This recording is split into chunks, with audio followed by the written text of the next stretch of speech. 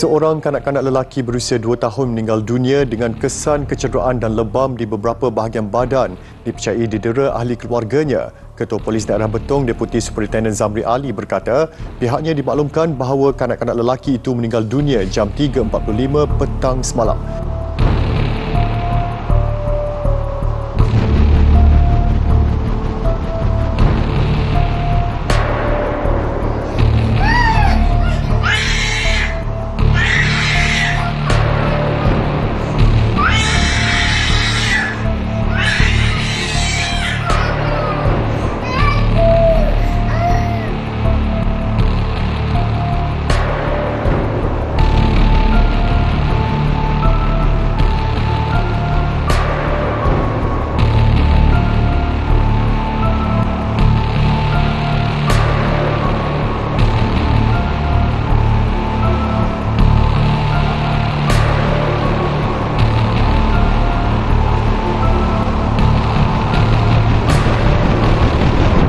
Disiasat mengikut Seksyen 31-1-A Akta Kanak-Kanak 2001. A'udzubillahi as-sami'il minasyaitonir rajim. Bismillahirrahmanirrahim.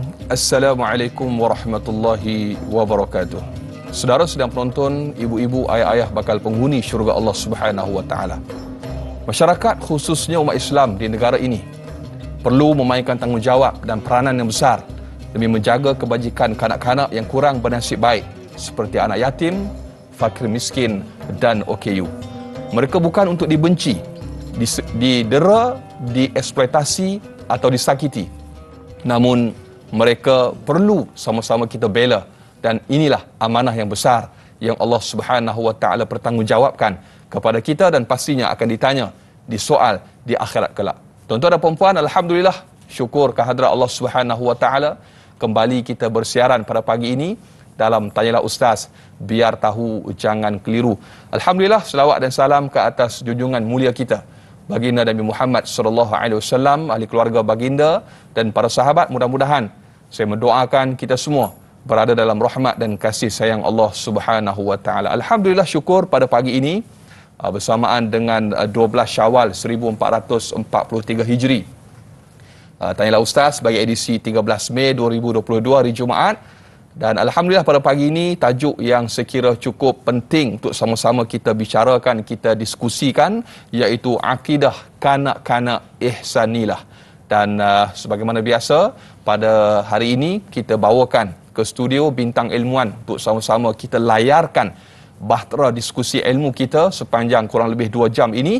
Dan untuk itu kita mengalu-alukan kehadiran yang berbahagia Ustaz Muhammad Ervino Johari yang telah pun bersama dengan kita di studio pada pagi ini. Assalamualaikum Ustaz. Waalaikumsalam warahmatullahi wabarakatuh. Apa khabar Ustaz? Alhamdulillah bikhair. Sihat-sihatin. Kita menonton sedikit Ustaz. Ya benar.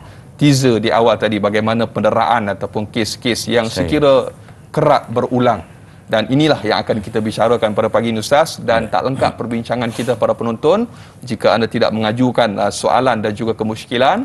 Jadi bagi anda yang ingin mengajukan soalan ataupun kemusykilan berkaitan topik yang kita bicarakan pada pagi ini, iaitu kanak-kanak ihsanilah, anda boleh hubungi kami menerusi talian bebas tol 1-800-881677, atau paling mudah terus sahaja tinggalkan soalan anda menerusi ruangan komen di Facebook Tanyalah Ustaz TV3.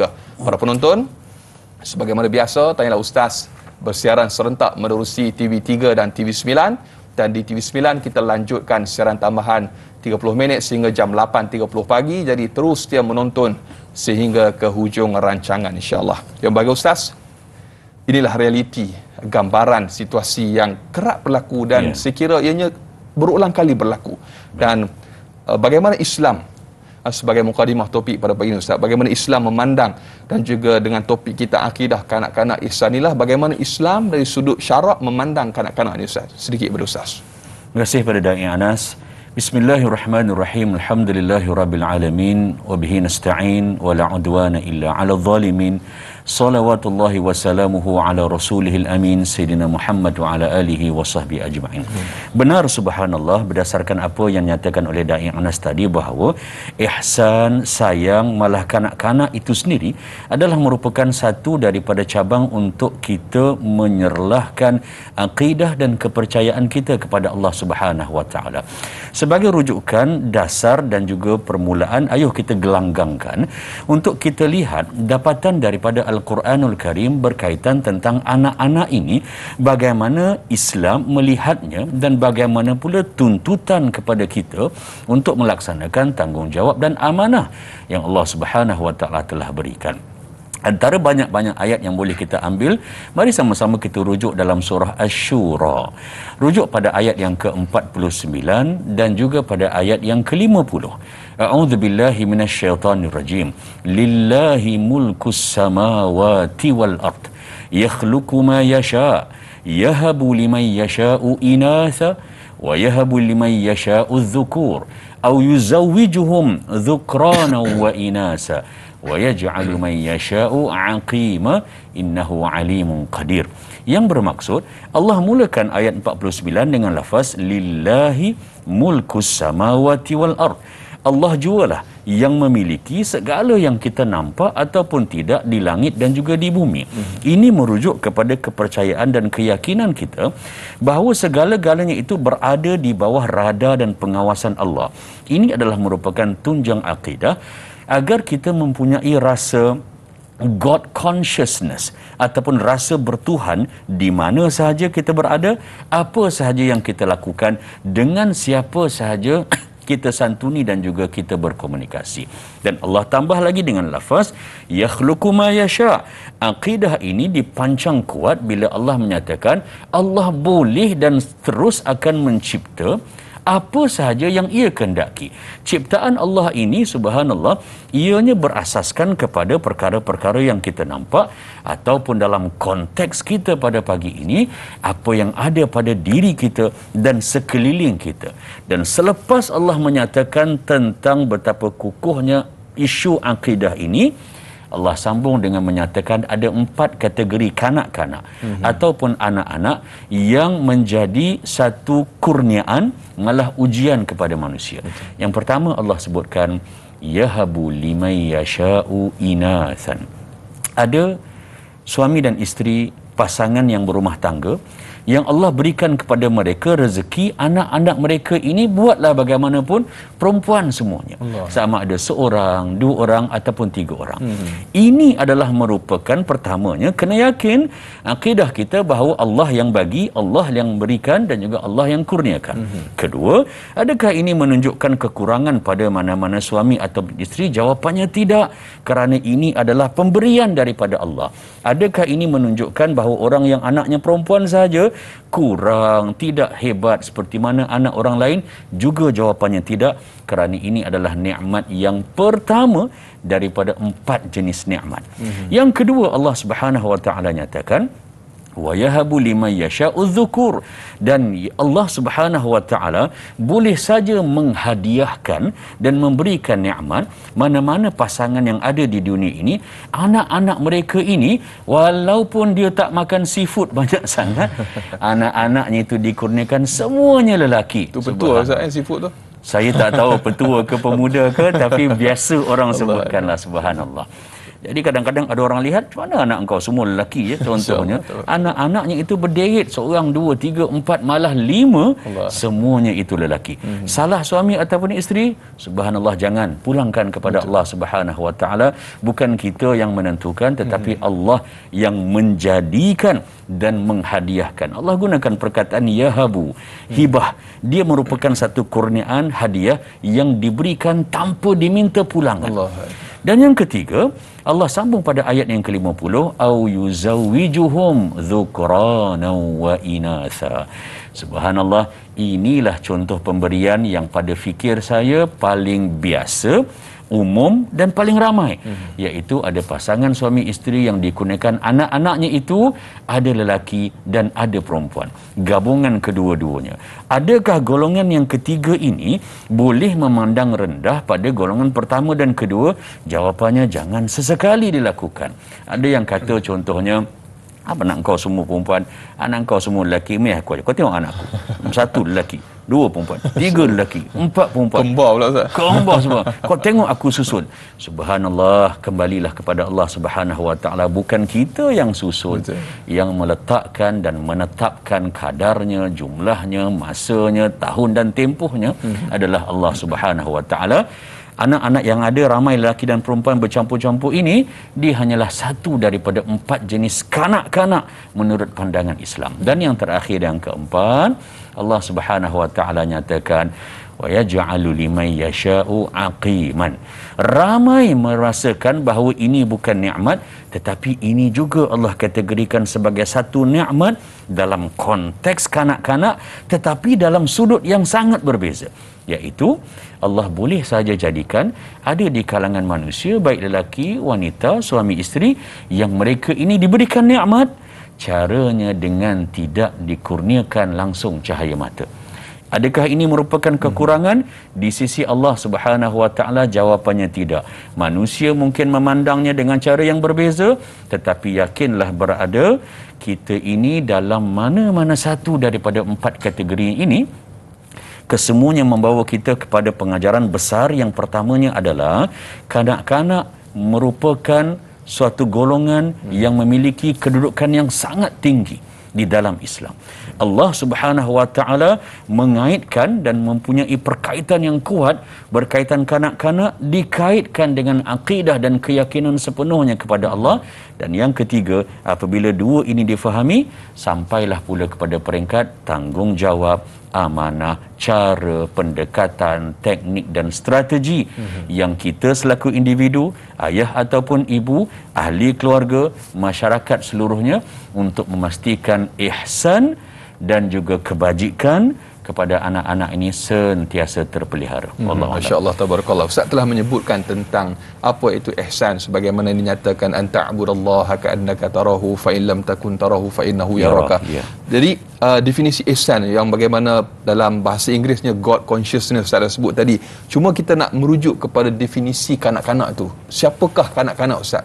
Dan siapakah yang boleh dikategorikan dalam kalangan kanak-kanak? Mungkin sedikit kepada Ustaz. Baik, terima kasih. Berdasarkan kepada apa yang kita lihat menerusi sirah baginda Rasulullah sallallahu alaihi wasallam, sebenarnya peringkat usia manusia ini dia tidak ada satu ketetapan umur. Kalau kita nak kata 8 tahun kanak-kanak, dah 13 tahun engkau tak boleh dapat duit raya dah. 14 tahun dan sebagainya. Definisi kanak-kanak ini adalah mereka yang bermula daripada awal lahir dan kemudian mereka melalui proses sampai kepada peringkat mumayyiz hinggalah kepada taklif ataupun mukallaf, artinya mereka diberikan tanggungjawab. Mumayyiz ini bila sampai ke peringkat mereka mampu untuk bezakan antara baik dengan buruk, wangi dengan busuk dan sebagainya. Tetapi mukallaf bila mereka dah tahu tanggungjawab. Bagaimana Nabi menetapkan? Antaranya berdasarkan hadis sahih baginda sallallahu alaihi wasallam yang meletakkan tentang satu instruksi agar kita memulakan dengan memberikan tanggungjawab kepada anak.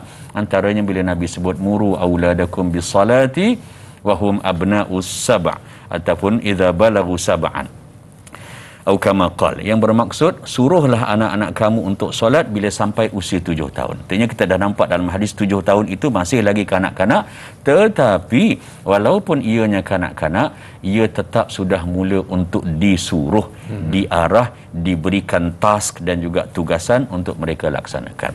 Sampai bila? Subhanallah, kalau di peringkat kita dalam pendidikan negara kita yang masih lagi berada di sekolah rendah ataupun menengah, secara penulisan akademiknya kita istilahkan itu sebagai murid.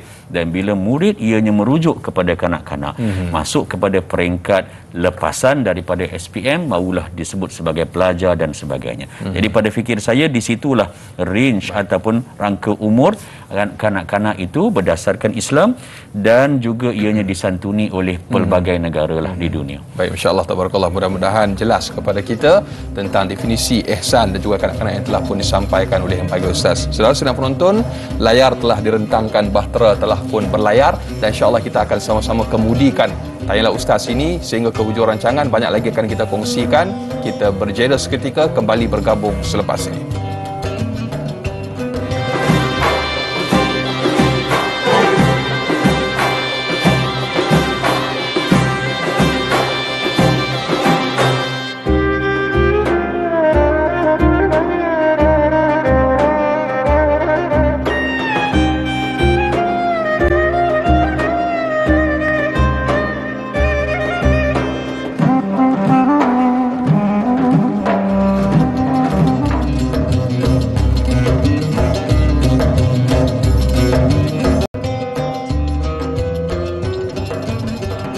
Alhamdulillah, kembali kita dalam bahtera pelayaran Tanyalah Ustaz, biar tahu jangan keliru. InsyaAllah, ayuh sama-sama para penonton kita kemudikan bahtera yang telah pun kita layarkan ini untuk sama-sama kita hayati tajuk Akidah Kanak-Kanak Ihsanilah. Kita masih lagi bersama dengan Kapten kita yang berbahagia, Ustaz Muhammad Erfino Johari selaku Kapten Kemudi Tanyalah Ustaz pada pagi ini. Dan Fadil Ustaz rasa macam duduk dalam pelayaran Islamik, Ustaz. Allahu Akbar. Baik, Amin. kita nak teruskan Ustaz, bagaimana kita nak merungkai bagaimana situasi ataupun kes-kes yang berlaku sebagaimana di paparan awal tadi kita lihat bagaimana eksploitasi, penderaan, kezaliman yang berlaku sama ada secara mental ataupun fizikal terhadap kanak-kanak yang perlu sama-sama kita bendung. Dan di sini ada soalan Ustaz daripada sahabat kita di Facebook, Imran Syakir, yang bertanya. Assalamualaikum warahmatullahi wabarakatuh. Waalaikumsalam warahmatullahi wabarakatuh. Bagaimanakah ihsan dan kasihan baginda Rasulullah sallallahu alaihi wasallam terhadap kanak-kanak yang boleh kita contohi? Mohon pencerahan. Jazakallah khair. Terima kasih dan terima kasih pada yang bertanya soalan yang baik. Subhanallah, secara ringkas satu daripada banyak hadis-hadis sahih yang menyentuh berkaitan dengan ini. Antaranya ialah baginda sallallahu alaihi wasallam direkodkan bersabda menyatakan bahawa inni la aqumu ila salati. Pada suatu hari, pada suatu masa, Nabi tak nyatakan ketika itu waktu solat yang mana, Nabi dah bersedia untuk mendirikan solat, malah mengetuai dan memimpin solat sebagai imam. Wa uridu an utawwila fiha. Kata baginda sallallahu alaihi wasallam, dalam solat ini nak jadi imam, aku dah letakkan sasaran untuk aku panjangkan solatku. Sebagai imam, biasalah dalam rakaat pertama dan kedua, antara yang menjadi faktor memanjangkan atau meringkaskan solat itu adalah bacaan dan surah-surah pilihan yang dipilih selepas surah Al-Fatihah. Dan Nabi sebagai imam, seperti mana yang lain, kita juga bila jadi imam, kita dah gambarkan dah surah apa nak dibaca rakaat pertama dan kedua. Jadi Nabi sebagai imam, itu hak dia, makmum akan ikut. Dan kemudian apa yang berlaku selepas daripada itu, Nabi sallallahu alaihi wasallam menyatakan fa asma'u buka as-sabi. Nabi kata, aku terdengar tangisan, suara jeritan tangisan seorang kanak-kanak. Dan bila Nabi mendengar begitu, apa yang dilakukan oleh baginda sallallahu alaihi wasallam? Ihsan Nabi dalam solat menghadap Allah Subhanahu wa taala. Itu budak yang tidak faham apa-apa duduk di bahagian saf belakang. Nabi kata sallallahu alaihi wasallam, fa atajawwazu fi salati. Aku pun tak jadi panjangkan, aku ringkaskan solat aku. Bukanlah bermakna berhenti terus, tetapi Nabi ringkaskan, ringankan solatnya. Karahiyata an asyqa ala ummihi. Mengapa Nabi sallallahu alaihi wasallam tadi niat nak panjangkan dan kemudian Nabi ringkaskan hanya kerana mendengar suara tangisan bayi di belakang? Nabi kata, aku tidak mahu menyakitkan atau menyesakkan, menyusahkan hati ibu yang bawa kanak-kanak tadi itu. Anak kita bila kita bawa ke tempat umum, buat perangai. Betul. Memang anak kita depan orang lah dia buat perangai pun. Depan kita dia dah tahu dah. Kita pun dah tahu perangainya kan. Jadi bila dia menangis, ibu yang sedang solat tadi akan rasa bersalah. Betul. Dan rupanya dalam hadis ini yang bawa anak tadi itu adalah seorang wanita ataupun ibu. Jadi ibu ini akan rasa bersalah, solatnya juga mungkin terganggu, dia pun risau bagaimana pandangan, persepsi orang lain terhadap dia. Datang pula jenis orang yang mungkin jenis sound tegak, dah tahu anak suka menangis, bawa juga. Subhanallah. Lantas Nabi tidak melakukan itu. Ihsan Nabi mengangkat martabat dan taraf kanak-kanak yang langsung tak tahu apa-apa, dia menangis dan Nabi ringkaskan solat, hatta dalam solat pun mampu. Nabi sallallahu alaihi wasallam pernah juga diriwayatkan dalam sepotong hadis sahih, musim hari raya, hari raya Aidilfitri, Nabi berjalan dan Nabi nampak seorang budak lelaki sedang duduk dan dia menangis seorang-seorang. Apa yang Nabi lakukan? Dia pun tak kenal budak tu tak tahulah kenal dia ataupun tidak. Nabi duduk dan juga ruangkan masa untuk kanak-kanak tadi bersembang dan bertanya dan mengetahui masalahnya. Ini adalah merupakan antara cakna yang perlu ada dalam masyarakat, bahawa benar kita tidak jaga istilahnya tepi kain orang. Betul. Tetapi anak itu bukan anak kita, mungkin bukan anak kandung, bukan anak angkat, anak jiran tu pula kita tak berapa rapat dengan dia dan sebagainya, yang kadang-kadang kita rasa macam tak ada sebab untuk aku menyantuni ataupun memberikan keprihatinan pada anak-anak tadi. Tapi yakinlah, berdasarkan apa yang Nabi letakkan piawai itu, ianya berdasarkan kepada kita santuni, kita cuba selesaikan dan bantu, bukan kerana kita baik ataupun tidak dengan jiran, anak orang lain, tetapi kerana martabat kanak-kanak itu yang Nabi tunjukkan diletakkan di tahap yang tinggi. Allahu Akbar. Ustaz, bila Ustaz sebut tentang kanak-kanak, pagi Syawal pula Ustaz, kita pun dalam suasana raya lagi Ustaz, insya-Allah. Saya tunggu duit raya pada Ustaz ni. Allah, 12 Syawal lepas ni. Tak apa Ustaz Boleh. Baik. Ada juga pihak ataupun mungkin mereka-mereka yang cakna juga terhadap kepentingan ilmu fardu ain terhadap kanak-kanak yang datang beraya di rumah. Adakah dikira sebagai satu buli ataupun penderaan? Ustaz, ni pengalaman sendiri ke apa ni? Tak adalah contoh Ustaz, ni cerita di Afrika ni Ustaz. Tapi nak sebut ada pihak yang mengambil kesempatan itu, mungkin atas kebosanan dan sebagainya, ramai orang tak datang raya rumah dia, jadi bila budak tu datang, maka inilah dia kata mangsa yang terbaik untuk aku nak tasmik Fatihah dia, nak tanya rukun solat ada berapa, kemudian baru dapat duit raya. Dia mungkin, adakah ini dikira sebagai, terutama ni pula anak yatim Ustaz, adakah dikira sebagai penderaan ataupun buli Ustaz? Subhanallah. Pertama, apabila dalam suasana Aidilfitri, pada fikir saya lah bulan Syawal ini tidak ada bulan yang lain di mana kita ini lebih bersedia, terbuka, ringan untuk menerima tetamu. Lantas setiap sesuatu itu dia ada tempoh masa dan juga jangkaan suasana yang meliputinya.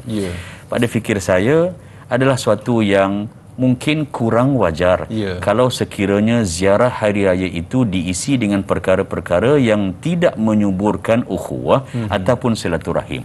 Soalan tentang hukum hakam tidak salah, bertanya kepada anak-anak juga tidak salah, tetapi bukankah kita diajar dalam agama kita tentang tempoh waktu yang sesuai dan yang terbaik untuk setiap perkara? Ada masa-masanya kita bersifat tegas, ada masa-masanya kita bersifat lemah lembut. Dan berdasarkan kepada baginda sallallahu alaihi wasallam tunjukkan, bila sampai kepada anak-anak, sentiasa Nabi ini tidak pernah membebankan anak-anak dengan soalan-soalan yang berat. Kalau nak dikatakan sebagai buli, mungkin secara teknikalnya ia juga adalah satu daripada bentuk buli.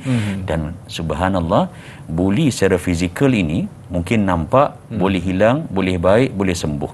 Tetapi buli yang berada di sini ataupun penderaan itu yang ada di sini, kadang-kadang seumur usia anak-anak itu dia akan ingat.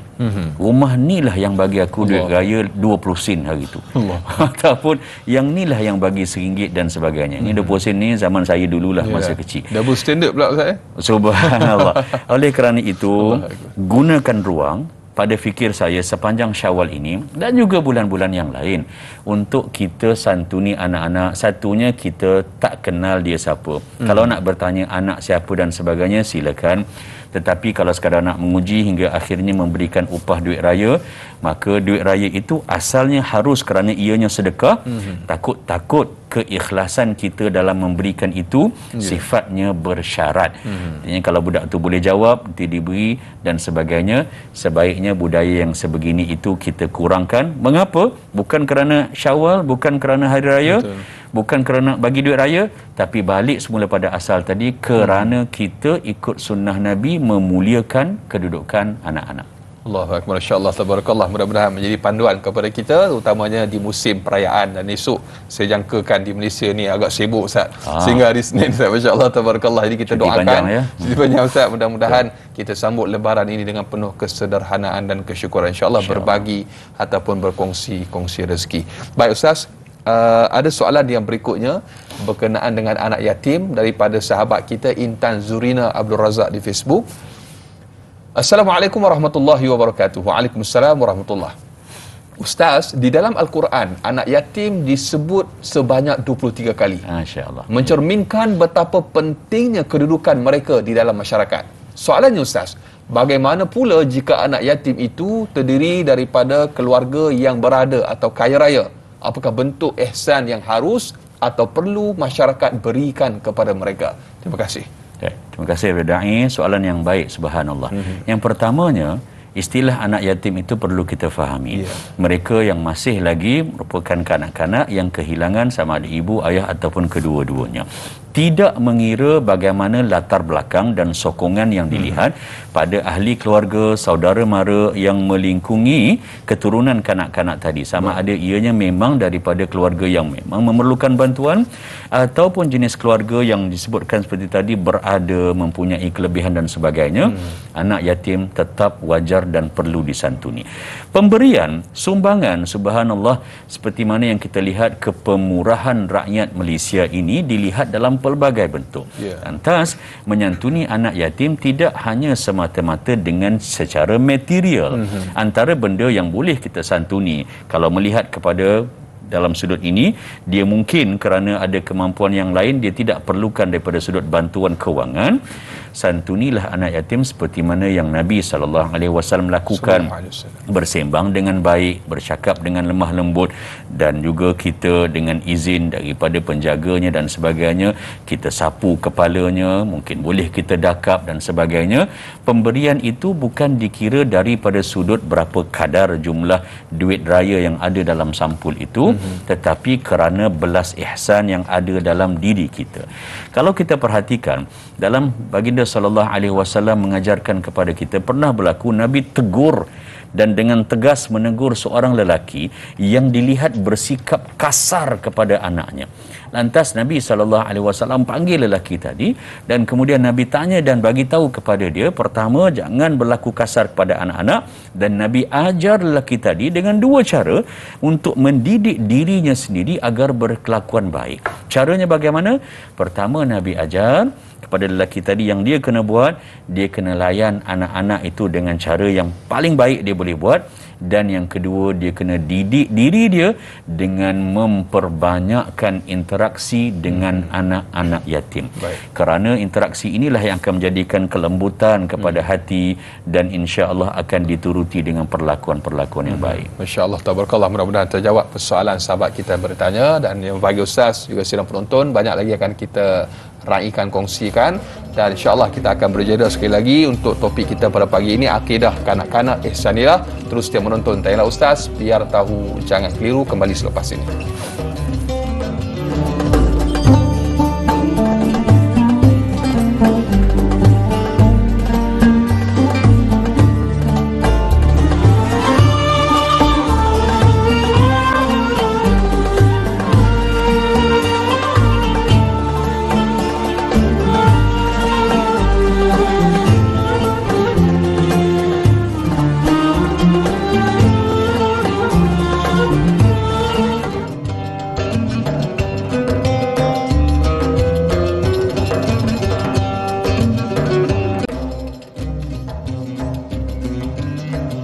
Alhamdulillah, masih lagi terus dia bersama dengan Tanyalah Ustaz, biar tahu jangan keliru. Para penonton, ibu-ibu, ayah-ayah bakal penghuni syurga Allah Subhanahu wa taala. Amin, Allahumma amin, insya-Allah. Alhamdulillah, kita masih lagi berbicara topik akidah kanak-kanak ihsanillah bersama dengan tetamu dengan kita, bintang ilmuwan yang berbahagia Ustaz Muhammad Irfin Johari.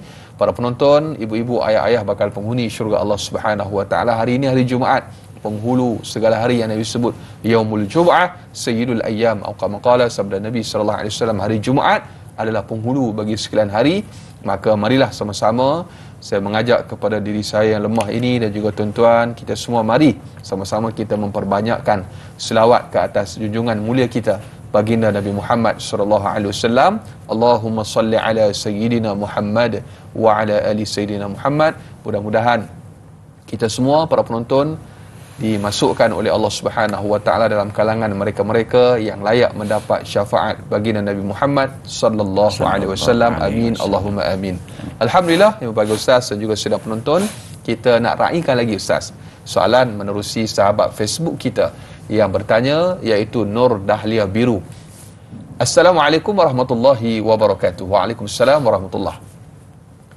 Sabar menerima dan melayani kerenah anak-anak OKU ini, adakah ianya berkait rapat dengan nilai keimanan dan kepercayaan dalam menerima qada dan qadar Allah Subhanahu wa taala? Mohon pencerahan biar tahu, jangan keliru. Terima kasih kepada da'i. Subhanallah, soalan yang baik. Terima kasih kepada yang bertanya. Benar, ianya amat-amat berkait dengan bagaimana pergantungan kita dengan Allah Subhanahu wa taala. Di awal sesi tadi telah kita kongsikan betapa Allah menyatakan dan mengaitkan apa juga bentuk pemberian dari sudut anak-anak dan zuriat. Kena ingat bahawa lillahi mulkus samawati wal ard. Segalanya itu milik Allah, datang daripada Allah. Dan berdasarkan ini, benar hanya orang yang merasainya dan berpengalaman untuk menjaga, memelihara, membesarkan dan mendidik anak-anak OKU, mereka sahajalah yang lebih dan layak tahu berkaitan tentang perkara ini. Namun itu tidak pula bermakna bahawa kita sebagai anggota masyarakat boleh hanya untuk berpeluk tubuh dan juga membiarkan perkara ini hanya ditanggap ataupun disantuni oleh mereka yang diberikan ujian oleh Allah. Mengapa? Kerana anak-anak ini adalah kurniaan.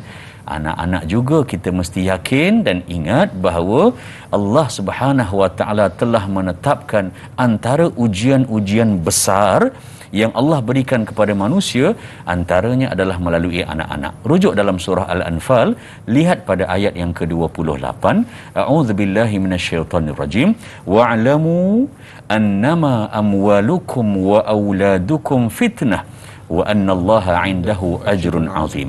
Ketahuilah kamu semua bahawa harta benda yang kamu miliki dan anak-anak yang kamu punyai, bagaimana bentuk sekalipun, ia adalah merupakan ujian. Dan Allah Subhanahu wa taala menggunakan perkataan fitnah yang bermakna ujian ini dalam bentuk nakirah.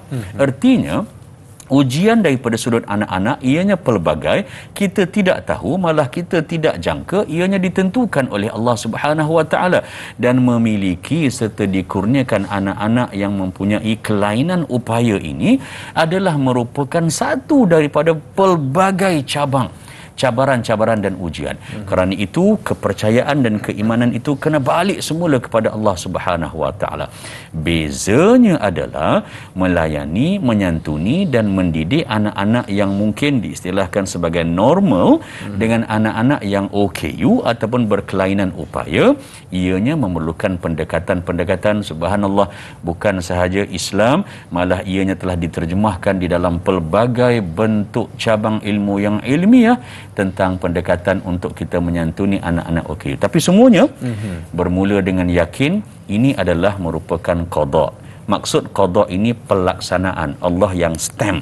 Yang keduanya kadar itu Allah tetapkan. Ada orang diberikan anak semuanya sihat, semuanya cemerlang SPM, dapat A1 dan sebagainya, tapi dia ada cabaran yang lain. Betul. Yang kadang-kadang kalau diberikan pada kita, kita pun tak mampu nak tanggung. Ada orang yang kita nampak anaknya itu kurang dari sudut fizikal. Sebab OKU ini banyak kan? OKU penglihatan, pendengaran, fizikal, mental, masalah pembelajaran dan sebagainya. Tetapi dia diberikan oleh Allah kelebihan daripada sudut yang lain. Kalau itu diberikan kepada kita, kita tak mampu. Lalu yakinlah bahawa Allah beri sesuatu yang kita mampu untuk kita tangani dan juga kita urus tadbir, insya-Allah. Saya sangat setuju dengan Ustaz bagaimana Malaysia melahirkan ramai atlet dalam kalangan orang kelainan upaya. Ini satu bukti nyata bahawasanya Allah Subhanahu wa taala mengurniakan kepada mereka kelebihan yang tertentu yang mungkin tak ada kepada kita. Baik Ustaz, kita ingin raikan sahabat pemanggil yang pertama kita di talian pada pagi ini. Halo, Assalamualaikum. Waalaikumsalam warahmatullahi wabarakatuh. Ustaz dan Da'i Haji Tukinon ya, Haji Muhammad Saleh daripada Kudai. Ya, apa khabar Haji? Alhamdulillah pagi raya ini baik-baik lagi lah. Saya minta baca yang ada di studio dan semua keadaan. Amin, insyaAllah. Amin. Baik, persoalannya Ustaz dan Da'i, ini dua family. Satu family dikurniakan anak lelaki semua, contohnya 5 orang. Dan satu family lagi dikurniakan anak perempuan, contohnya 5 orang juga. Tapi family ini saling bergaduh ataupun dia tak sukalah dengan mendera anak-anak ini. Kenapa? Pasal kenapa aku semua lelaki ni dan kenapa semua perempuan. Jadi soalan saya nak tanya, maknanya dia boleh tak Allah minta kepada Allah, ya Allah kurniakan anak lelaki yang perempuan tadi. Kemudian yang perempuan ni tadi kena lelaki, kemudian yang lelaki kurniakan anak perempuan. Maknanya supaya dia tidak gaduh atau tidak mencederakan anak ini ada pasangan lelaki, ada pasangan perempuan. Itu saja soalannya bagi Ustaz Dadai. Terima kasih. Assalamualaikum. Sama-sama. Waalaikumsalam warahmatullahi wabarakatuh. Masya Allah, tabarakallah. Ustaz Pujangga pernah menyebutkan, seandainya kita mengimpikan kasut yang cantik dan indah yang dimiliki oleh orang lain, pandanglah mereka yang tidak pernah ada kaki. Ustaz. Allah. Mungkin sedikit cetusan rasa daripada Ustaz menjawab persoalan memanggil kita. Terima kasih Da'i, terima kasih pada Tuan Haji. Subhanallah, seperti mana apa yang kita kongsikan tadi pada ayat 49 dan 50 surah Asy-Syura, memang ada 4 jenis, dan 4 jenis ini yang Allah kurniakan. Kerana itu balikkan semula kepercayaan itu kepada Allah, keyakinan kita bahawa Allah Subhanahu wa taala berikan pada kita. Golongan yang pertama, yahabu liman yasha'u inathan, anaknya semua perempuan, bukan salah dia dan dia tidak ada sebarang kesalahan. Boleh tak diminta untuk anak lelaki? Boleh. Tidak ada masalah. Mintalah apa saja pada Allah Subhanahu wa taala. Namun apabila kita minta, output dan juga outcome daripadanya itu kita kena yakin dapat ke tidak, itulah yang terbaik untuk kita sebagai suami ataupun sebagai isteri. Ada yang dikurniakan anak lelaki sahaja, ataupun campur anak lelaki dan perempuan, ataupun yang langsung tidak dikurniakan cahaya mata. Seperti mana yang dinyatakan kata-kata pujangga oleh Da'i Anas tadi. Bagi mereka yang ada anak lelaki semuanya, 5 orang kata Tuan Haji. Macam boleh relate je dengan diri saya sendiri. Subhanallah. 5 orang anak lelaki, lihatlah kepada mereka yang mungkin langsung tidak dikurniakan cahaya mata. Ataupun mereka yang telah berkahwin lama, subhanallah, dikurniakan hanya anak-anak perempuan saja yang nakkan anak lelaki. Yang tak nampak jodoh lagi pun ada, Ustaz. Yang tak dapat lagi, subhanallah. Siapa tu ya? Yang tak dapat lagi pun, ia adalah merupakan satu daripada cabang untuk kita lihat. Sentiasalah melihat kepada yang lebih rendah daripada kita. Bukan meletakkan sisi diri kita ini diukur berdasarkan orang yang lebih atas, lebih tinggi, lebih mempunyai kekananan daripada diri kita. Tapi tidak salah untuk memohon. Namun bila kita memohon ini, saya mencadangkan berdasarkan pengalaman saya sendirilah, subhanallah, tentang anak-anak ini. Nak minta pada Allah nak dapat anak lelaki ke anak perempuan, boleh, hukumnya harus, tidak ada masalah. Namun kena mulakan dengan ada rasa benar-benar redha dengan apa yang Allah dah bagi setakat ini. Kalau kita ada seorang anak setakat ni, 2 ataupun 3, redha dengan apa yang Allah bagi. Dan redha itu bukan bermakna kita dah tak boleh minta apa-apa dah pada Allah. Kita boleh untuk mohon sebagai hamba, macam-macam benda kita boleh minta pada Allah Subhanahu wa taala. Tapi jangan minta dalam keadaan kita tak puas hati, ataupun tak redha dengan pemberian hibah yang Allah dah berikan kepada kita setakat ini. Masya-Allah, tabarakallah. Tu antara jawapan yang diberikan dan sedikit perkongsian daripada Fadil Ustaz yang kita dapat sama-sama hayati bagaimana dalam kehidupan ni, Ustaz. Tak semua yang kita impikan kita akan dapat. Kerana Allah Subhanahu wa taala memberikan apa yang kita perlu, dan mungkin terkadang apa yang kita mahu tu kita dapat sedikit saja, Ustaz. Itulah kehidupan. Itulah ujian, mehnah, tribulasi yang perlu kita lalui. Dan mungkin Allah Subhanahu wa taala simpan untuk diberikan di akhirat nanti. Dan berikutnya, Ustaz, kita ingin raikan lagi soalan menerusi sahabat Facebook kita, iaitu Sairul Nizam yang bertanya, Assalamualaikum warahmatullahi wabarakatuh. Waalaikumsalam warahmatullahi. Banyak kejadian gangguan seksual yang berlaku kepada kanak-kanak lelaki maupun perempuan, dan ini mungkin menyebabkan trauma yang teruk sehingga mengakibatkan kemurungan bagi kanak-kanak ataupun mangsa itu. Bagaimana cara untuk kita mencegah dan melindungi kanak-kanak daripada menjadi mangsa serangan seksual, Ustaz? Mohon pencerahan daripada Ustaz dari Kampung Larut Tin, Taiping bertanya, Ustaz. Baik. Terima kasih Da'i, soalan yang baik, subhanallah. Terima kasih pada yang bertanya. Benar, selain daripada penderaan, buli, salah guna kuasa, dan dalam masa yang sama gangguan-gangguan seksual yang diberikan kepada kanak-kanak, pelbagai bentuk, baik anak-anak lelaki ataupun perempuan, ia adalah merupakan suatu data statistik yang sangat-sangat menggerunkan. Apa yang boleh kita buat, subhanallah? Antaranya yang paling besar dalam kapasiti kita selaku ibu ataupun ayah yang mempunyai anak sendiri dan juga sentiasa melihat anak-anak orang lain, masyarakat yang ada, adalah dengan kita mengutamakan dan mengusahakan pendidikan yang terbaik. Kepada siapa? Kepada ibu bapa dan juga kepada kanak-kanak itu. Apa yang kita kena didik pada anak-anak? Pertama, daripada awal lagi didik mereka daripada sudut intelek. Berikan kepada mereka ruang agar intelektualiti mereka ini berkembang dan tidak dibatasi ataupun dihalangi oleh blok-blok yang tertentu.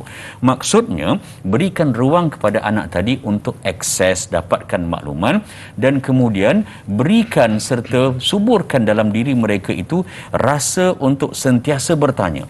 Dan bila anak-anak bertanya, walaupun laras bahasanya itu mungkin pada kita amat-amat kelakar ataupun tak kena, santuni, kerana kadang-kadang dari situlah datangnya pendidikan yang terbaik untuk menjana intelek mereka.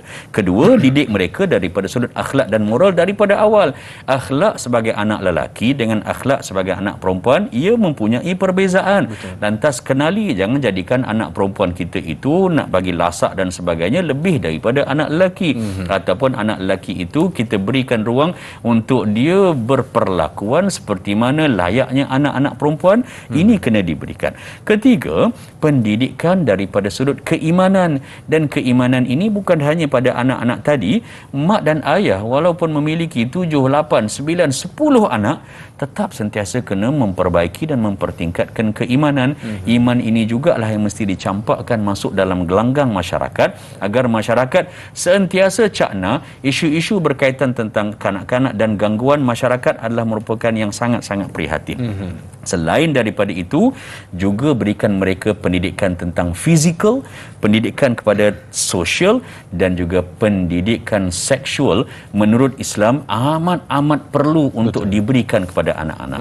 Nabi SAW menyatakan dalam banyak hadis, antaranya adalah untuk memisahkan tempat tidur dan juga ruang. Dalam surah An-Nur kalau kita lihat, istilahnya bila anak-anak ini umur mereka berapa sekalipun dah kena diajar, nak masuk bilik ibu dan ayah dia kena ketuk dulu dan minta izin. Dan ada masa-masa dalam hari ataupun waktu malam yang tidak sesuai, anak-anak perlu apa pun jangan masuk ke bilik ibu dan ayah. Semuanya ini sebenarnya adalah merupakan pendidikan seksual. Maksud yang ada, ruang yang ada menerusi media, pihak berwajib, subhanallah, ia akan lebih banyak membantu agar anak-anak tadi dan ibu dan ayah sentiasa cakna tentang perkara ini. Masya-Allah, tabarakallah. Mudah-mudahan terjawab persoalan sahabat kita yang bertanya, dan banyak lagi Ustaz dan juga sidang penonton akan kita kongsikan menerusi topik kita akidah kanak-kanak ihsanilah. Jadi kita berjeda sekali lagi, terus setia menonton Tanyalah Ustaz, biar tahu jangan keliru, kembali selepas ini.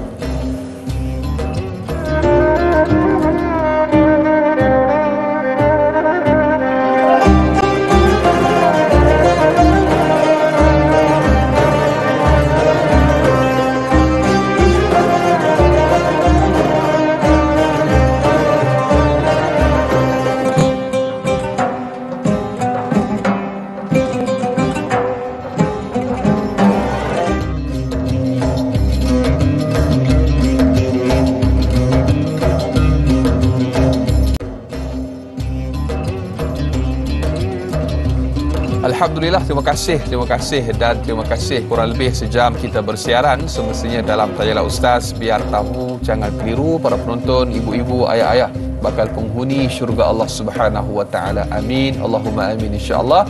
Di hari Jumaat yang penuh dengan keberkatan dan kemuliaan ini, marilah sama-sama kita memperbanyakkan selawat ke atas junjungan mulia kita baginda Nabi Muhammad sallallahu alaihi wasallam. Allahumma salli ala sayyidina Muhammad wa ala ali sayyidina Muhammad. Alhamdulillah, tuan-tuan dan puan-puan, kita masih lagi bersama dengan Al-Fadhil Ustaz Muhammad Irfino Johari untuk kita teruskan pelayaran Bahtera dalam Tanyalah Ustaz pada pagi ini dengan topik akidah kanak-kanak ihsanilah. Yang bagus Ustaz, tadi di awal tadi Ustaz ada sebut tentang bagaimana kemurahan hati terutamanya masyarakat di negara kita. Adakah faktor kemurahan itu digunakan oleh pihak-pihak yang tertentu mengeksploitasi kanak-kanak dengan kata apa, derma, sumbangan dan sebagainya, dan ini merupakan kata apa, seperti tidak ada kawalan pada hari ini Ustaz, di jalan raya dan sebagainya, dimakan tengah makan pun datang pak cik minta tolong derma. Bila kita tanya tak beritahu pula siapa yang kata apa, sekolah mana dan sebagainya. Surat apatah lagi Ustaz. Jadi mungkin faktor apakah penyebab berlaku perkara sedemikian Ustaz? Baik. Soalan yang baik, subhanallah. Terima kasih kepada dai. Apa yang berlaku adalah merupakan suatu realiti, dan ini kita hadapi di mana-mana saja, di tempat meletakkan kenderaan, di pejabat, kawasan sekitar, pasar dan sebagainya. Benar, kepemurahan untuk berinfak, sedekah, berkongsi, ianya perlu untuk diteruskan. Kerana ia adalah merupakan antara intipati ajaran Islam, ada iaitu untuk kita bersedekah. Ala kulli muslimin sadaqah. Baginda Rasulullah SAW menyatakan bagi setiap orang Islam itu setiap hari jangan terlupa, jangan terlepas untuk dia bersedekah. Cuma cara bersedekah itu ada banyak, dan bila kita melihat dan kalau sekiranya kita ketahui dengan fakta dan maklumat bahawa ia adalah merupakan satu eksploitasi, pemerdagangan ataupun penderaan kanak-kanak daripada disuruh bekerja dan sebagainya, maka tugas dan tanggungjawab kita adalah untuk mewar-warkan dan juga untuk melaporkan. Kedua, kalau sekiranya kita tidak pasti, maka insya-Allah sedekah kita itu akan benar-benar memberikan manfaat kepada anak tadi. Sebab kita tak nampak, tak tahu ya ke tidak ke, jangan sesekali pula syak wasangka dan ragu-ragu kita mengatasi tanggungjawab kita untuk membantu dan juga memberi. Ketiga, bila Nabi SAW menyatakan tentang sedekah, dia ada 4 cara sekurang-kurangnya untuk kita memilih yang manakah sesuai dengan situasi yang ada, budak yang datang berhadapan dengan kita dan sebagainya. Pertama, kata Nabi SAW, untuk kamu bersedekah, iaitu hendaklah kamu memberikan apa yang kamu ada daripada sudut material. Jumlah itu terpulang berdasarkan kepada kemampuan dan juga keperluan. Kedua, bila tak ada, sahabat tanya, kalau kami tak ada, Nabi SAW menyatakan bahawa fayu'inu zal hajatil malhuf, hendaklah kamu bantu. Kamu bila nak tolong orang, memilih-milih. Kadang-kadang kita tengok orang yang nak lintas jalan, dia mungkin cacat penglihatan, kita kata bukan sekali dua dia lintas jalan ni, dah 10 tahun dah, okey tu, tak ada masalah. Dah expert. Dalam ni dah ada GPS dan sebagainya. InsyaAllah.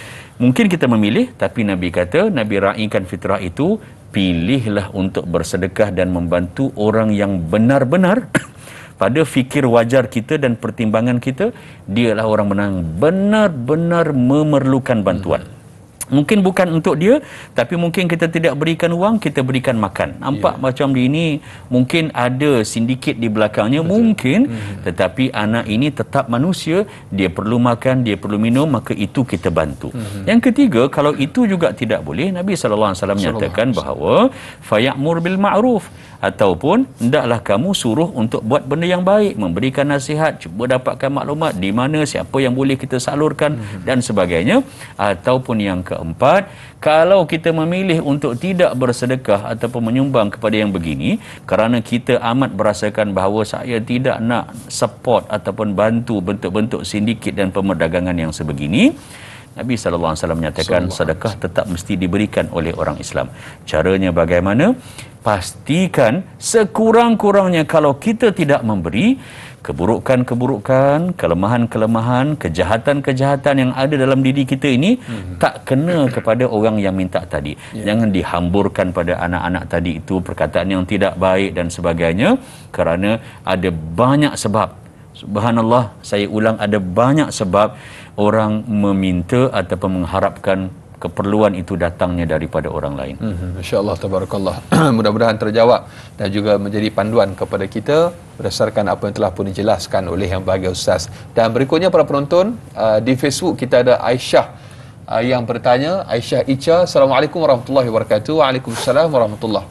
Soalannya Ustaz, adakah tindakan mendiamkan diri terhadap perlakuan mendera atau menyakiti kanak-kanak dengan alasan tidak mahu masuk campur urusan orang lain dikira telah turut sama bersubahat dalam perbuatan tersebut, Ustaz? Mohon pencerahan Ustaz biar tahu, jangan keliru. Dikira bersubahat ke macam mana, Ustaz, kalau diam? Allahu Akbar. Baik. Terima kasih dai, soalan yang cukup baik. Saya teringat sepotong hadis baginda sallallahu alaihi wasallam menyatakan bahawa laisa minna. Allahu Akbar. Bila Nabi mulakan bukanlah daripada kalangan kami. Ini bukan set kita ni. Laisa minna man la yarham saghirana, orang yang tidak merahmati, tak ada belas ihsan, tak ada langsung rasa simpati, tidak langsung rasa untuk terlibat membantu.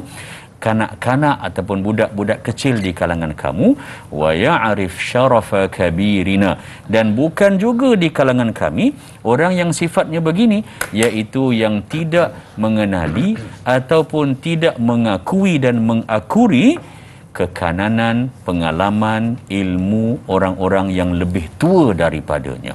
Subhanallah. Mengapa hadis ini kalau kita perhatikan dipersembahkan sedemikian rupa?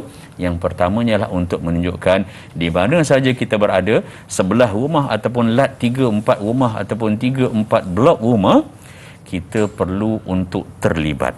Cuma keterlibatan kita itu perlu untuk sentiasa menyantuni dan meraihkan peraturan-peraturan dan juga undang-undang yang ada setempat.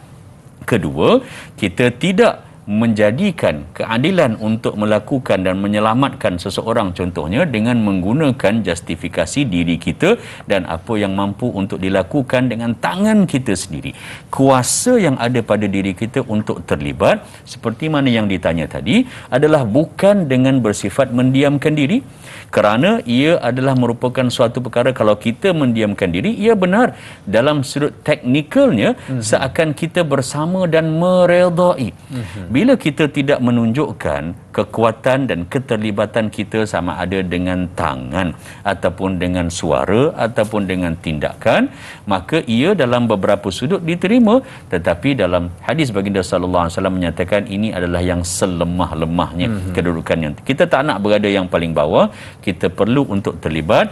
Istilah masuk campur ini adalah pada perkara-perkara yang telah pun diletakkan dan digariskan. Dia ada hadnya, ada batasannya. Tapi perkara-perkara yang melibatkan kebajikan, keselamatan, darurat dan sebagainya, bukan saja insan dan kanak-kanak, tetapi juga haiwan perlu untuk sentiasa kita cakna dan perlu untuk kita ambil tindakan. Cara mengambil tindakan itu ia mungkin berbeza daripada satu kes pada kes yang lain. Allahu akbar. Orang Perak kata buat no hand, Ustaz. No hand ni kata buat dono, buat tak tahu. Insya-Allah tabarakallah. Kadang-kadang bukan kita tak nak masuk campur, mungkin ada ancaman-ancaman yang ditakuti berlaku selepas daripada itu, Ustaz. Mungkin tengok ayah dia macam baking semacam tu, Ustaz. Jadi mungkinlah kita tak nak masuk campur kerana takut ianya menjadi satu perkara yang lebih besar. Mungkin sedikit respon daripada Ustaz. Benar, ia juga berlaku. Kerisauan kita mungkin mudaratnya itu akan pada kita ataupun pada anak-anak dan ahli keluarga.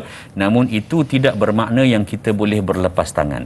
Maksud penggunaan dan keterlibatan kuasa kita adalah kadang-kadang bukan kita memerlukan orang lain menjadi representatif, menjadi wakil kepada kita. Kalau kawasan penduduk, kita ada persatuan penduduk, kita ada kumpulan KRT dan sebagainya. Kita ada ruang untuk maklumat ini tetap sampai, tapi bukan daripada kita. Kerahsiaan maklumat dan sebagainya adalah merupakan suatu perkara yang biasa dan diamalkan dalam hidup berperaturan kita di Malaysia. Maksud saya adalah ruang itu sebenarnya ada, jauh lebih baik daripada kita hanya bersifat tak nak ambil campur, mendiamkan diri, rumah engkau, rumahku dan sebagainya. Masya-Allah tabarakallah. Para penonton, ibu-ibu, ayah-ayah bakal penghuni syurga Allah Subhanahu wa taala. InsyaAllah kita akan sambung. Sedar tak sedar kita telah pun berada di penghujung rancangan di TV3. Kita akan tamat di sini dan insyaAllah kita akan sambung lanjutan 30 minit siaran tambahan di TV9 untuk topik kita pada pagi ini, Ustaz, iaitu akidah kanak-kanak ihsanilah. Banyak lagi yang akan kita kupas, yang akan kita huraikan. Terus setia menonton Tanyalah Ustaz, biar tahu jangan keliru, kembali bersua di TV9 selepas ini.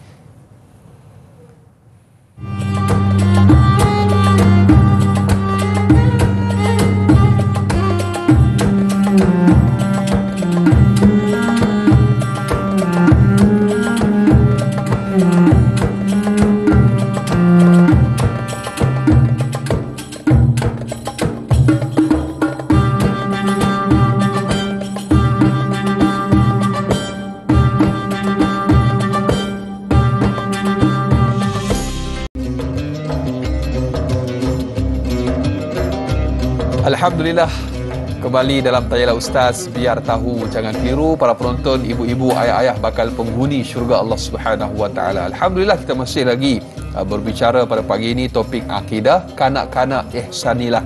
Masih lagi kita bersama bintang ilmuwan iaitu yang berbahagia Ustaz Muhammad Ervino Johari Para penonton, alhamdulillah bagi anda yang ingin mengajukan soalan atau kemusykilan berkaitan topik kita pada pagi ini, jangan malu, jangan segan. Terus hubungi kami menerusi talian bebas tol 1-800-88-1677 atau paling mudah terus sahaja tinggalkan soalan anda menerusi ruangan komen di Facebook Tanyalah Ustaz TV3. Jangan lupa jalankan tanggungjawab anda bagi yang menonton menerusi FB Live untuk tekan butang kongsi, sama-sama kita sebar luaskan, mudah-mudahan bermanfaat insya-Allah. Dan bagi Ustaz, kita nak teruskan lagi pelayaran diskusi kita dalam Tanya Ustaz pada pagi ini dengan kita raikan soalan daripada sahabat Facebook kita yang berikutnya, Zuhara yang bertanya. Assalamualaikum warahmatullahi wabarakatuh. Waalaikumsalam warahmatullahi. Malu apabila anak dipanggil orang kurang upaya atau OKU dan tidak dapat menerima hakikat bahawa mempunyai anak OKU adalah menjadi salah satu sebab atau faktor masih terdapat segelintir ibu bapa yang tidak menghantar anak istimewa mereka ke sekolah. Apakah nasihat dan juga pandangan Ustaz untuk ibu bapa yang mengambil jalan sedemikian? Terima kasih Da'i. Subhanallah, soalan yang baik dan ia juga merupakan realiti yang sentiasa kita nampak atau kalau kita tidak lihat, kita dengar benda itu berlaku.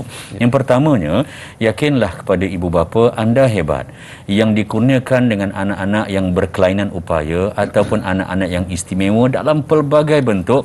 Anda merupakan orang yang hebat kerana ini adalah merupakan antara sebab ataupun asbab tiket untuk kita meraih syurga Allah Subhanahu Wa Taala, kerana ini adalah merupakan antara ujian yang dalam ramai-ramai anda dipilih dan juga diberikan ruang kerana kemampuan, kekuatan, potensi yang ada. Subhanallah. Yang kedua, kita kena yakin bahawa Islam adalah merupakan agama yang sentiasa memberikan perhatian yang sangat tinggi dan kedudukan yang hebat kepada anak-anak yang sebegini. Kita rujuk dalam surah Al-Fath. Lihat pada ayat yang ke-17. Allah Subhanahu Wa Taala menyatakan, laisa 'alal a'ma harajun wala 'alal a'raji harajun wala 'alal maridi haraj. Yang bermaksud, tak salah kalau sekiranya seseorang itu cacat penglihatan. Bukan salah dia, dan masyarakat perlu melihat bahawa itu bukan merupakan satu kesalahan, bukan merupakan kesilapan ataupun bebanan. Dan juga tidak salah kalau sekiranya seseorang itu dilahirkan ataupun berkeadaan tempang ataupun jalannya itu capek dan sebagainya dalam pelbagai bentuk.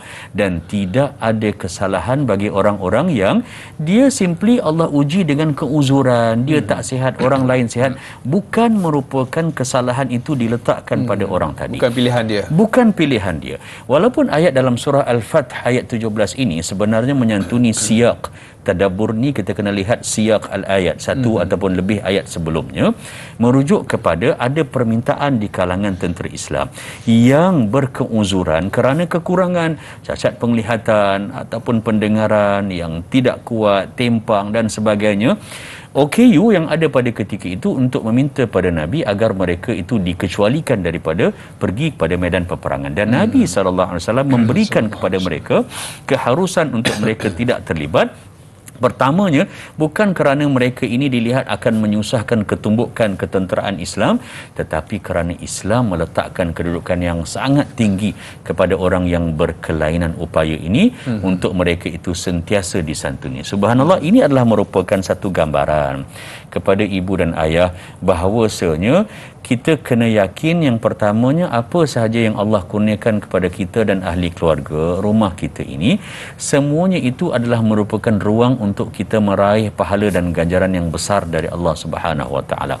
Ada masanya Allah campakkan dan masukkan, pinjamkan sedikit situasi dalam rumah kita itu daripada sudut kecamukan fikiran ataupun rasa tidak tenang ataupun menerusi isteri, mungkin menerusi suami ujiannya, mungkin juga menerusi anak-anak yang variasi dan mencapah sifatnya.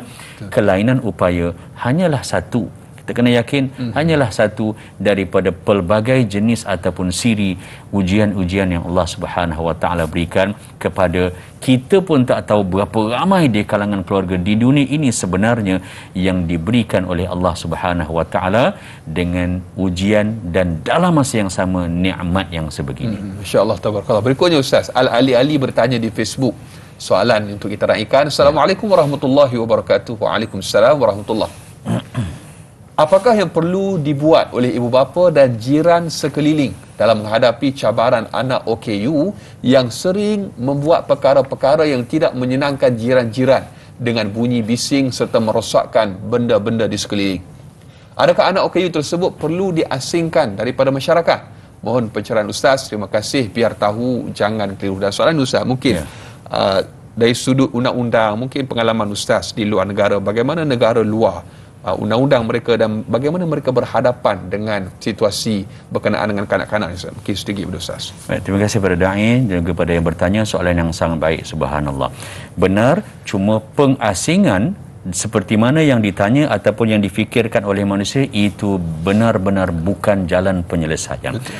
Ia memerlukan situasi di mana bukan hanya satu, bukan hanya bapa yang superior ataupun emak yang hebat mendidik anak ataupun menjaga anak yang berkelainan upaya, tetapi dia memerlukan konsep faham dan sefaham.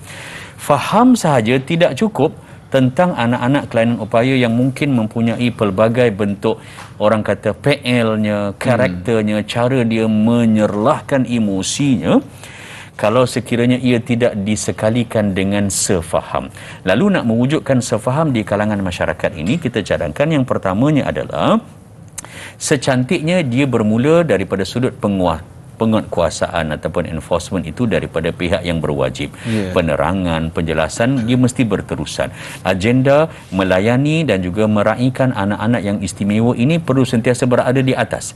Sifatnya diketengahkan dalam masyarakat. Pendidikan itu jangan sifatnya bermusim. Betul. Atau bersempena, beracara, bermajlis dan sebagainya. Ia berlangsung sepanjang tahun.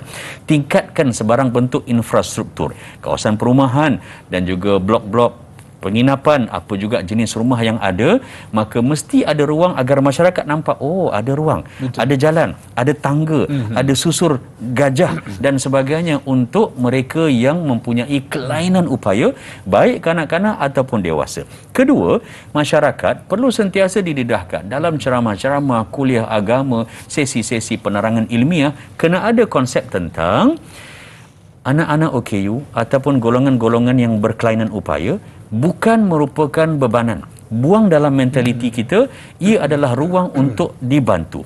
Saya pernah berada di Stockholm, di Sweden dan juga di negara-negara lain. Bila sampai bas tu, bas berhenti tepi jalan untuk orang yang berada di atas kerusi roda.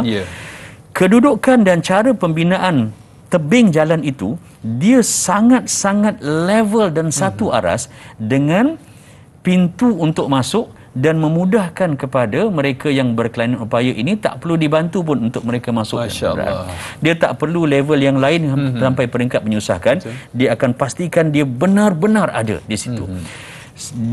Kalau kita lihat di luar negara juga, mereka sangat-sangat memastikan agar anak-anak ini, bagi mereka yang mempunyai dan memerlukan pendidikan yang khas ataupun istimewa, wajib bagi anak-anak ibu dan ayah tadi itu dihantar ke sekolah yang sepatutnya.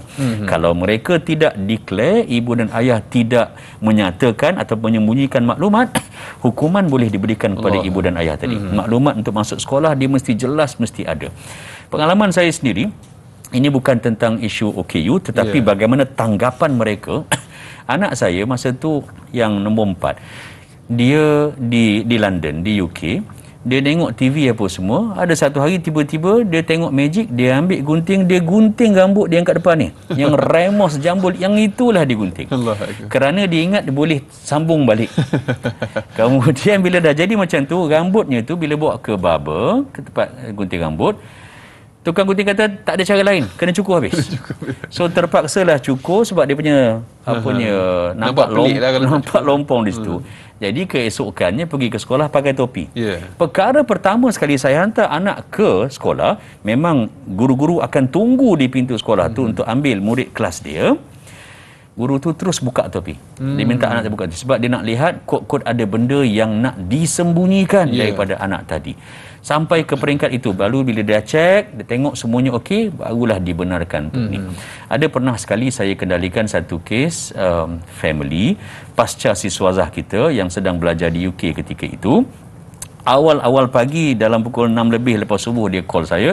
Dia kata, tolong Ustaz, anak saya dah diambil oleh Jabatan Kebajikan Masyarakat di sana, Social Services. Saya cakap kenapa? Dia kata, yalah malam tadi penat, stres, balik kerja, belajar dan sebagainya. Dia pun dia kata, kita sebagai orang Malaysia kan biasalah Ustaz, kita cubit anak kita. So cubit itu di tangan mungkin terkuatlah sikit cubit. Lebam dan nampak.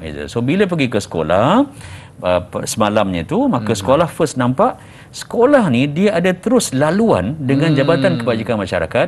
Kenapa? Bukan nak ambil tahu masuk campur urusan orang lain, tapi nak memastikan hak dan kebajikan. Ini anak biasa normal ni. Apatah lagi kalau sekiranya anak yang OKU. So anak tadi terus dibawa, diasingkan daripada ibu dan ayah. Lantas dalam situasi kita ini jangan diasingkan, tetapi wujudkan dan tambahkan kesefahaman. Masya-Allah, tabarakallah. Itu pengalaman Ustaz yang mungkin dapat sama-sama kita jadikan pengajaran kita untuk khususnya rakyat Malaysia. Walaupun berbeza di sudut cara dan kaedah, tetapi Islam telah meletakkan garis panduan. Sebagaimana panjang lebar telah pun dijelaskan daripada awal sehinggalah ke detik ini. Dan Ustaz, kita ada sahabat Facebook kita yang berikutnya bertanya, iaitu Fidah Aziz. Assalamualaikum warahmatullahi wabarakatuh. Waalaikumsalam warahmatullahi. Soalannya, apakah hukum seorang guru yang mendidik anak-anak murid mereka dengan cara yang terlalu tegas dan kasar? Misalnya mereka mengatakan bahawa budak ini, saya tak nak sebutlah, jahat, nakal dan sebagainya, kerana murid itu kurang cerdik. Jadi bukankah kata-kata yang terkeluar daripada mulut seorang guru itu adalah satu doa, Ustaz? Terima kasih Ustaz dan Da'i, biar tahu jangan keliru. Masya-Allah, tabarakallah. Sedih nak baca soalan tu, takut. Ya, benar. Terima kasih Da'i, terima kasih pada yang bertanya. Subhanallah, pertamanya tak kira guru ke, doktor ke, ahli muzik ke, yang keluar daripada apa yang dia katakan itu, dia boleh jadi doa. Dia tidak mengambil ataupun berdasarkan kepada profession, apatah lagi ibu dan ayah dan sebagainya. Dan benar, saya juga merupakan bekas guru. Saya mengajar di sekolah menengah, penempatan pertama saya sebagai guru. Subhanallah, guru juga manusia. Namun dalam pendidikan, sifat tegas itu perlu berdasarkan kepada situasi keadaan. Pendidikan contohnya tentang akidah, dia mesti tegas. Dia tidak boleh ajar tentang akidah dalam keadaan yang sambil lewa, gelak-gelak, buat lawak dan sebagainya, kerana ini faktor akidah. Keberkesanan dan tata susun cara ibadah juga mesti kena ada ketegasan. Dan bila ketegasan itu, dia melibatkan pertamanya penerangan, keduanya pengukuhan, dan ketiganya pemantauan. Tiga-tiga ini kena ada dan biasanya guru lakukan. Subhanallah, kita berusaha sebaik mungkin untuk elakkan perkataan-perkataan yang tidak baik. Kita ungkapkan, baik kita ini guru atau kita merupakan doktor perubatan, kita merupakan siapa sahaja, apa juga profession, ia adalah merupakan antara cara yang tidak wajar untuk pendidikan. Ilmu ini sifatnya nur, dia cahaya. Bila cahaya, dia tidak boleh di-associate ataupun dihubung kaitkan dengan perkataan yang tidak baik, perbuatan dan cara yang tidak baik. Matlamat itu tidak menghalalkan cara.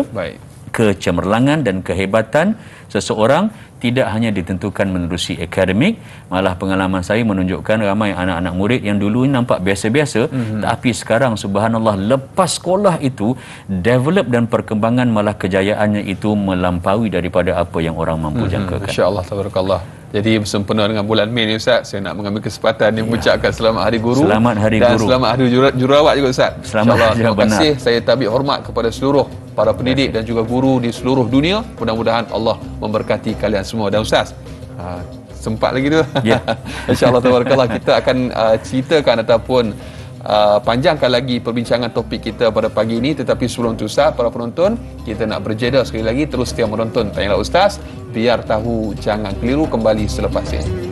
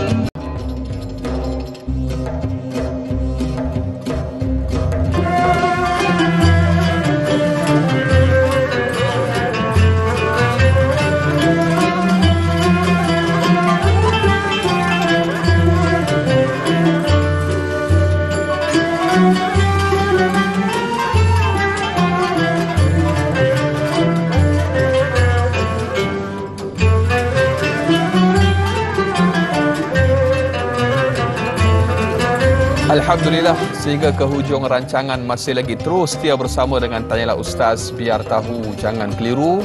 Para penonton, ibu-ibu, ayah-ayah bakal penghuni syurga Allah Subhanahu wa taala. Amin insya-Allah. Alhamdulillah, kita masih lagi berbicara topik akidah, kanak-kanak ihsanilah. Kita masih lagi bersama tetamu undangan kita yang berbahagia, Ustaz Muhammad Erfino Johari. Para penonton, ayuh teruskan berselawat ke atas junjungan mulia kita, baginda Nabi Muhammad sallallahu alaihi wasallam. Allahumma salli ala Sayyidina Muhammad wa ala ali Sayyidina Muhammad. Salam Jumaat, salam penghulu segala hari. Mudah-mudahan Allah Subhanahu wa taala memberkati kita.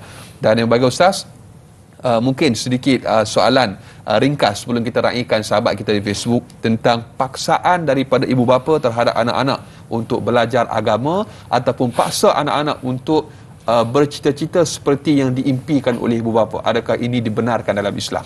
Ya, terima kasih Redai. Subhanallah, berdasarkan dapatan daripada apa yang kita tekuni menerusi kitab Tarbiyatul Aulad fil Islam, pendidikan anak-anak dalam Islam yang dikarang oleh Dr. Abdullah Nasih Alwan. Beliau menyatakan yang pertamanya, penekanan dan penegasan perlu diberikan kepada anak-anak dalam mendidik untuk mereka ini biasa, familiar, malah melaksanakan kalimah thayyibah. Dan maksud kalimah thayyibah ini adalah lafaz la ilaha illallah. Isu-isu perkara-perkara berkaitan agama, pendidikan dan sebagainya, dia memerlukan kepada pengajaran, memerlukan pada contoh tauladan. Dalam masa yang sama, ia juga memerlukan kepada penguatkuasaan daripada ibu dan ayah. Lantas tidak salah kalau sekiranya tentang perkara-perkara yang rukun, yang fardu, yang wajib, itu ketegasan daripada ibu ayah mesti ada. Cuma cara ketegasan itu juga dalam bentuk yang tidak menjatuhkan maruah anak tadi. Katalah kita mempunyai 4, 5, 6, 7, 8 orang anak, maka kalau sekiranya ada sesuatu perkara yang dikategorikan sebagai ketidakakuran dari sudut ibadah, perkara-perkara yang diwajibkan dalam agama, sebaiknya agar anak itu tadi dipanggil, dibawa oleh ibu ataupun ayah untuk one to one, tidak diberikan ataupun dimalukan mereka ini di hadapan adik-beradik yang lain, kerana anak-anak tak kira peringkat umur berapa, sekolah rendah, sekolah menengah, mereka mempunyai muruah ataupun maruah. Yang kedua, sejak kecil mesti perlu, kata Dr. Abdullah, untuk diperkenalkan dengan hukum halal dan haram. Halal dan haram ini adalah benda yang besar dan juga memberikan kaitan yang cukup kuat dalam kehidupan dan juga kelangsungan hidup anak tadi, maka ketegasan dalam sudut ini mesti ada. Yang ketiga, kena kenalkan anak-anak agar mereka biasa dengan meneladani apa yang ditunjukkan oleh baginda Rasulullah sallallahu alaihi wasallam. Nilai keluarga, kaitan dengan Al-Quran, ibadah, akhlak dan sebagainya, ia perlu diterangkan.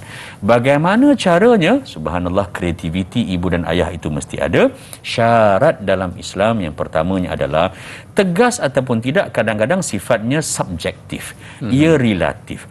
Kadang-kadang ada orang memang suaranya itu besar, mana mungkin untuk kita minta kepada mereka untuk berlemah lembut. Kalau orang yang dah biasa suara besar tinggi, kita suruh berlembut, takut jadi macam kartun pula. Nampak pelik. Kerana itu anak-anak tadi juga perlu daripada awal diajar dan dididik. Inilah karakter ayahnya, inilah karakter ibunya. Kadang-kadang nampak tinggi, tapi bila mereka kenal, mungkin itu tidak dianggap sebagai satu ketegasan atau penderaan ataupun benda-benda yang sewaktu dengannya lah. Masya Allah, tabarakallah. Dan yang bagi Ustaz juga sidang penonton, kita terus sahaja raikan soalan yang berikutnya menerusi sahabat Facebook kita, Syahiralia Muhammad. Assalamualaikum warahmatullahi wabarakatuh. Waalaikumsalam warahmatullahi. Baik, apabila berlakunya kes yang melibatkan kanak-kanak yang kurang bernasib baik seperti anak yatim dan OKU yang disakiti, didera dan sebagainya, yang keluar daripada sebahagian mulut kita, kesiannya semoga dapat pembalasan yang setimpal. Apakah itu sudah memadai atau cukup? Atau mungkin ada tindakan lain yang boleh kita ambil sebagai masyarakat yang cakna? Mohon pencerahan Ustaz. Terima kasih Dai, juga kepada yang bertanya. Secara ringkas, pertamanya dengan ada ungkapan-ungkapan sebegini telah menunjukkan bahawa tindakan keterlibatan itu telah ada. Alhamdulillah, bagus.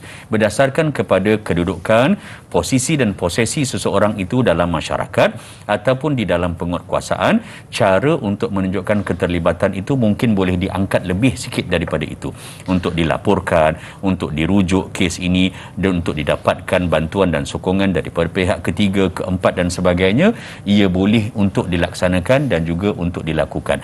Doakan, doa dua-dua. Pertama, doa kepada orang yang dizalimi, doa juga jangan lupa kepada orang yang menzalimi agar mereka kembali dan bertaubat kepada Allah Subhanahu Wa Taala dan melakukan kebaikan. Ingat, yang ketiganya, Islam amat melarang against totally kepada perkara-perkara yang berbentuk penderaan dalam apa juga bentuk, kepada anak-anak yang normal, kepada anak-anak yang kelainan upaya. Rujuk dalam surah Al-An'am ayat 151, ayat yang lebih kurang similar dalam surah Al-Isra ayat yang ke-31, di mana Allah Subhanahu Wa Taala menyatakan wala taqtulu auladakum min imlaq wala taqtulu auladakum khasyata imlaq. Jangan sesekali kamu bunuh anak kamu kerana kamu risaukan kefakiran. Jangan sampai perkara-perkara ini, kadang-kadang kalau kita lihat penderaan tak mati pun, mungkin orang kata begitu, tetapi perkara-perkara yang boleh mendekatkan dan membawa kepada apa yang Islam nyatakan, yang ini adalah merupakan satu bentuk perkara dan tindakan yang boleh untuk kita lakukan. Cara yang paling asas dan ianya selamat, malah sangat-sangat wajar, adalah untuk diangkat kepada pihak yang boleh untuk mengambil tindakan, pelaporan dan sebagainya. Wallahu a'lam. Allahu akbar, insya-Allah, tabarakallah.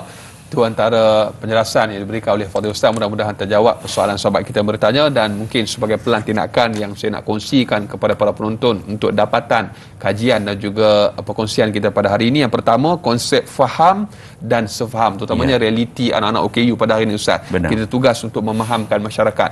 Kemudian yang kedua ialah perlunya kita memupuk pentingnya hidup rasa bertuhan, Ustaz, God consciousness tadi, Ustaz. Setuju, ya. Dan yang ketiganya ialah penerangan, pengukuhan dan pemantauan, iaitu tugas seorang guru ataupun pendidik, Ustaz. Jadi sama-sama kita amalkan, mudah-mudahan Allah Subhanahu Wa Taala memberikan kekuatan kepada kita, dan kita minta Ustaz tutup dengan sedikit doa, mudah-mudahan Allah berkati, insya-Allah. A'udzu billahi samiil alim minasyaitonir rajim. Bismillahirrahmanirrahim. Alhamdulillahi wa kafa wassalatu wassalamu ala rasulihil mustafa sayyidina Muhammad wa ala alihi wa sahbihi ajma'in. Radina billahi rabba wa bil islami dina wa bi Muhammadin nabiyya wa rasula. Rabbana taqabbal minna salatana wa qiyamana wa siyamana wa ruku'ana wa sujudana wa takhashu'ana wa ta'abbudana wa taqarrubana wa tadarru'ana wa tammim taqsirana ya Allah ya arhamar rahimin. Ya Allah, terimalah segala kebaikan, kebajikan, khidmat bakti, amal ibadah, infak dan sedekah yang kami berikan kepada masyarakat. Amin. Ya Allah, berikanlah keutamaan serta cukup dan sempurnakanlah segala kekurangan dan kelemahan kami di dalam melaksanakan perkara-perkara kebaikan untuk diri kami, ahli keluarga dan anggota masyarakat. Ya Allah, peliharalah diri kami dan anak-anak kami daripada sebarang bentuk kezaliman yang nyata ataupun tersembunyi, yang dilihat ataupun tidak, ataupun yang diberikan hukuman ataupun sebaliknya. Ya Allah, ya Rahman, ya Rahim, jadikanlah anak-anak kami dan anak-anak muslimin dan muslimat seluruhnya sebagai qurratul ain, penyejuk mata dan penenang hati, serta membantu kami di hari akhirat, hari kami bertemu denganmu. Amin. Rabbana atina fid dunya hasanah wa fil akhirati hasanatan wa qina adzaban nar. Wa sallallahu ala sayidina Muhammad wa ala alihi wa sahbihi wa sallim. Walhamdulillahi rabbil alamin. Amin amin ya rabbal alamin. Alhamdulillah. Jazakallah khair diucapkan sekali lagi kepada Fadil Ustaz Servino atas perkongsiannya. Mudah-mudahan Allah Subhanahu Wa Taala memanjangkan usia Ustaz dalam ketaatan kepada Allah, ditambahkan ilmu pengetahuan.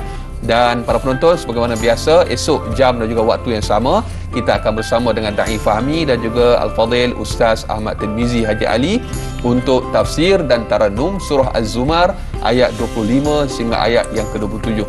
Saudara, jangan mencari yang sempurna. Sempurnakanlah apa yang ada, tidak ada yang sempurna melainkan Allah Subhanahu Wa Taala. Sehingga berjumpa lagi. Assalamualaikum warahmatullahi wabarakatuh.